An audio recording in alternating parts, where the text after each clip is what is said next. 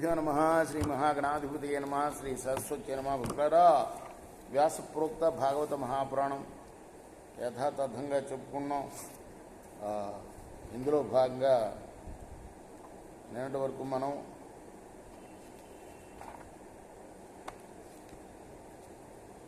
ఎన్ని స్కందాలు పూర్తి చేశాము? 6 స్కందాలు పూర్తి చేశాం. 7వ స్కందంలో కూడా మరి అంటే 7వ స్కందాన్ని మనం మూలం కాకుండా పోతనామాచ్యుడు రాసిన పద్యాలు చదువుకున్నాం కదా. 125 పద్యాలు చదువుకున్నాం 1వ అధ్యాయంలో. 1వ అధ్యాయం 4వ అధ్యాయం 4వ అధ్యాయంలో మిగతా పద్యాలు పూర్తి చేద్దాం. ఈ రోజున 2-3 పద్యాలే ఉన్నాయి.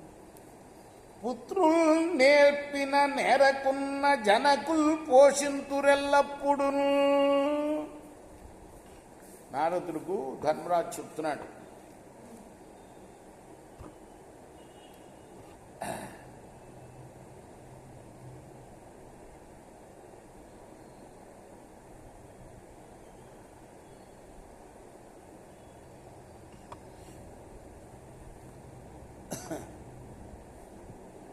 పుత్రుల్ నేర్చిన నేరకున్న జనకుల్ పోషింతురెల్లప్పుడు. మిత్రత్వంబున బుద్ధి చెప్పి దురితోన్మేషంబు వారింతురు. ఏ శత్రుత్వంబు తలంపురు ఇట్టియడా నా సౌజన్య రత్నాకరుణ్ పుత్రున్ లోక పవిత్రు తండ్రి నెగులు బొందింపయ్యట్లోర్చును.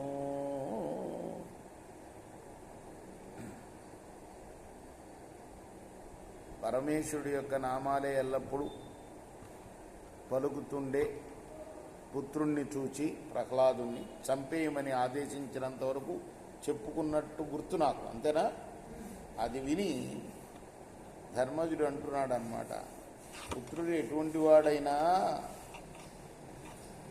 వాడు చదువుకున్నా చదువుకోకపోయినా తండ్రి పోషిస్తూనే ఉంటాడు వాడిని కదా.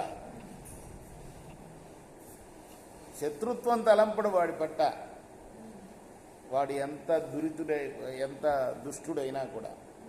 అటువంటి వాడిని ఇలా ఎందుకు చెప్పాడు హిరణ్యకశిపుడు చంపేయమని? ఎలా చెప్పగలిగాడు?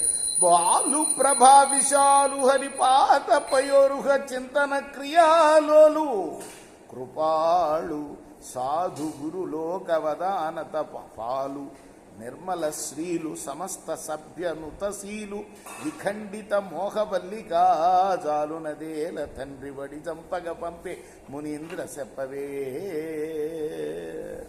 మంచి ప్రతిభ గలవాడు, హరిపాదాల్ని ఎప్పుడూ సేవించేవాడు,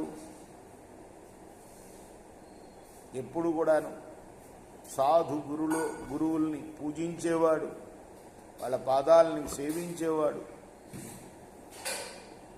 సమస్త సభ్య నుతశీలుడు. అటువంటి వాణ్ణి ఎలా దండింపగా పంపాడయ్యా తండ్రి ఆ కొడుకును దండింపడానికి అని నారదుండిట్లని లభ్యం పైన సురాధిరాజపదమున్ లక్ష్యంపడ శ్రాంతమును సభ్యత్వంబుననున్నవాడవరుడై జాడ్యంబుతో వీడు విద్యాభ్యాసంబునగాని తీవ్రమతి కాడంచున్ విచారించి దైచేభ్యుండొక్క దినంబున ప్రియసుతున్ వీక్షించి సోత్కంఠుడై. ఎందుకయ్యా పంపాడు చంపమని ఆదేశించాడు అంటే వివరాలు చెప్తున్నాడు నారదుడు.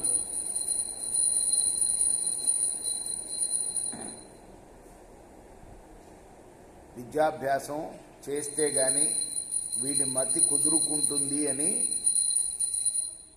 ఒక రోజున ఆ కొడుకును పిలిచి, చదువాని వాడజ్ఞుండగు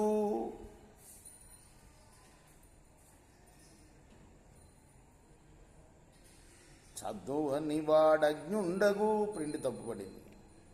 చదువని వాడజ్ఞుండగు చదివిన సద్వివేక చతురత కలుగును చదువగవలయును జనులకు చదివించద ఆర్యులొద్ద చదువుము తండ్రి. నాయన చదువు రాని వాణ్ణి అజ్ఞుడు అంటారు, ఆ? చదువుకుంటే హాయిగా సద్వివేకుడు అవుతాడు. ఏది సత్యము ఏది అసత్యము అనేది తెలుస్తుంది చదువుకుంటే. కాబట్టి చదువుకోవలయ్యా, చదవాలి, నువ్వు చదువుకో హాయిగా.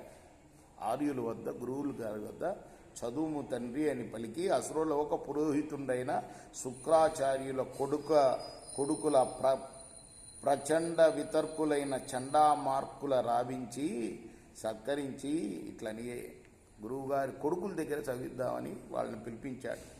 రేపు మనం ఈ ప్రహ్లాద చరిత్రను కొనసాగిద్దాం. కృష్ణార్పణమస్తు. శ్రీ సచిదానంద సద్గురు సాయినాథ్ మహారాజ్ की जय. చకోరా హారతి కో సద్గురునాథ దేవ సాయినాథ.